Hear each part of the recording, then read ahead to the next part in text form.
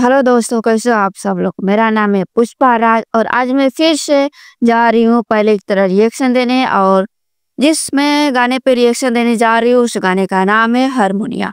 और ये सॉन्ग खेसारी लाल यादव जी ने गाया हुआ है। तो अगर आप भी हमारे साथ देखना चाहते हो तो कर दो वीडियो को लाइक और चैनल को सब्सक्राइब। तो चलिए बिना लेट किए करते हैं फटाफट वीडियो को स्टार्ट। तो गाइस गाना स्टार्ट हो गया। हारमोनिया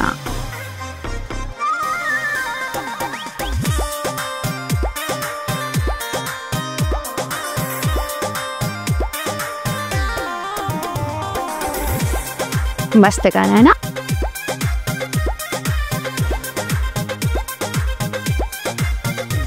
हीरोइन हो हीरोइन तो हर कमर लागे कोई। हीरोइन हो हीरोइन तो हर कमर लागे कोई।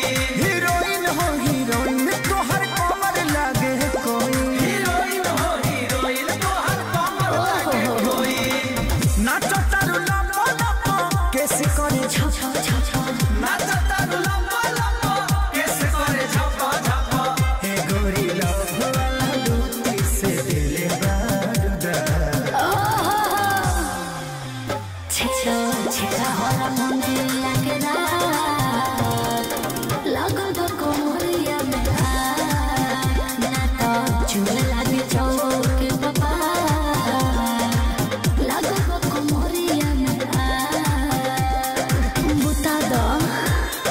गाना का मतलब का मतलब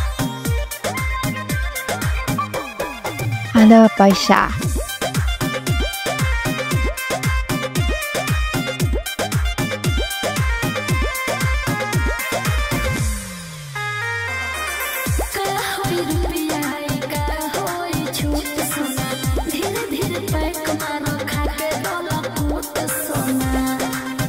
Dalam pesona. चाहबो त भाला होई हो ना दया जहाला होई हो। ए रात भर डांड मरबू तबे देह वाला होई हो।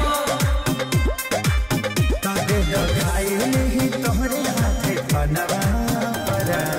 अरे दिया हो छेड़ा छेड़ा हारमोनिया के रात लागल दो कोमरिया में ना तो चुए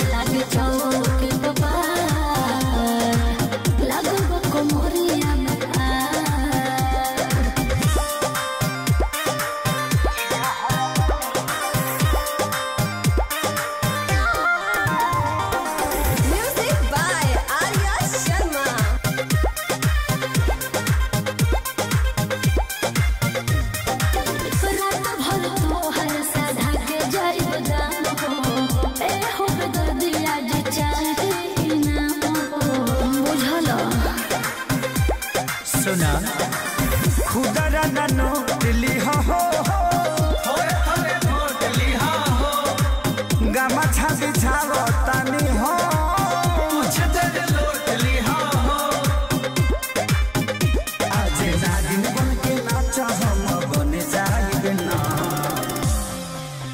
छेड़ा छेड़ा हारमोनिया के रात लागो दो कोमरिया में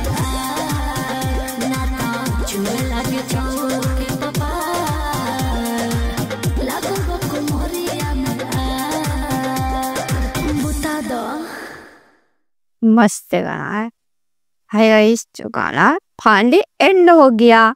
आप लोग को कैसा गाना लगा मुझे कमेंट में बताइए। मुझे तो अच्छा लगा। और अगला वीडियो हम किस पे लाए, आई मीन किस पे किस गाने पर रिएक्शन करें, आप लोग कमेंट में मुझे बताओ। फिर मिलते हैं अगले नेक्स्ट वीडियो। बस के लिए इतना है।